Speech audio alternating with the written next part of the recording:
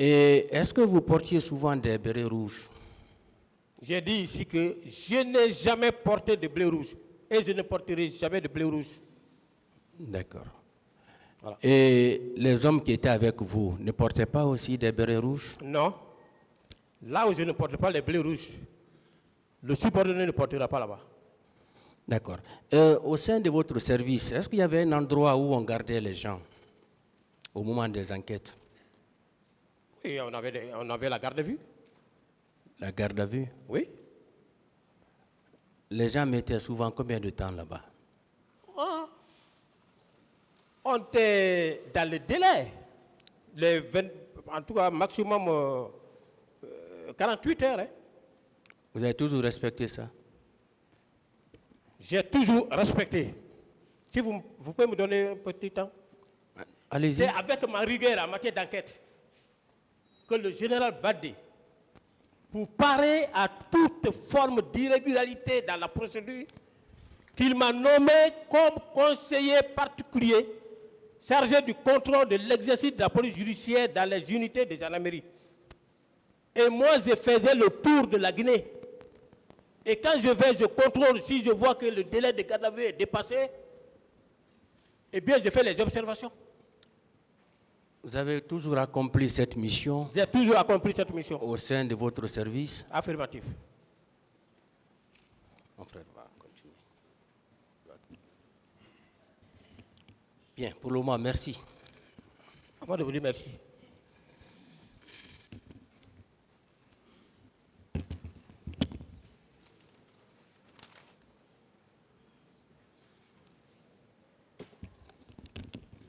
Monsieur Goumou.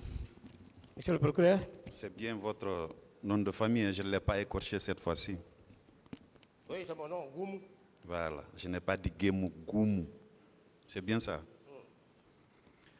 Alors nous allons continuer.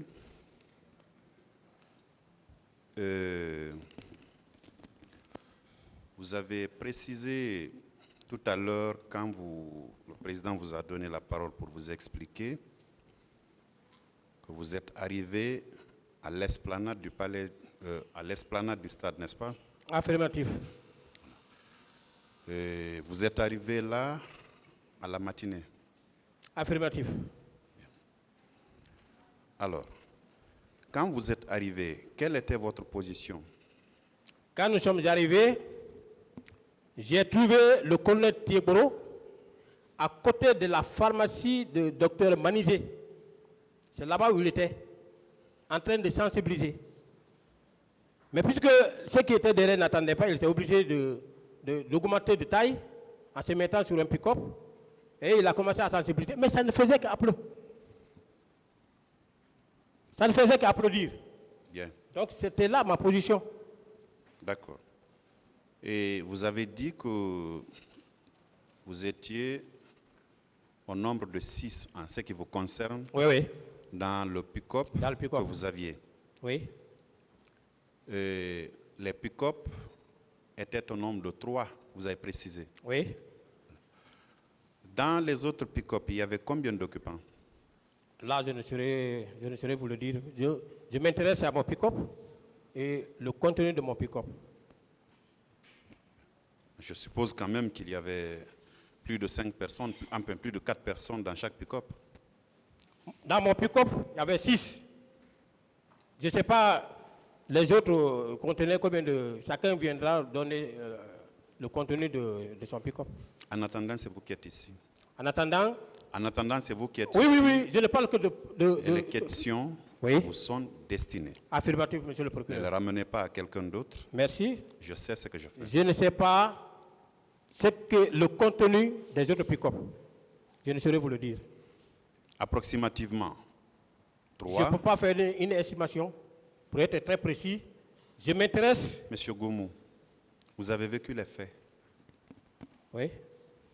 Même si vous ne connaissez pas le nombre exact, quand même, vous savez si vous avez vu 3, 4 ou 5 personnes. Je ne peux pas faire le témoignage de quelqu'un ici. Je parle de mon cas. Bien, mais vous êtes formel que les pick-up étaient au nombre de 3. Oui. Dans chaque pick-up, il y avait des occupants. Affirmatif. Alors, quand le lieutenant Aboubakar Diakité Toumba est arrivé, il est arrivé de quelle direction? L'Andrea, la ville, du côté de Farmaguiné. Il est venu de quel... Il est venu du pont 8 novembre. Du pont 8 novembre. Voilà, pour venir ici. Côté Université Gamal Abdel Nasser. Côté université affirmatif. Très bien.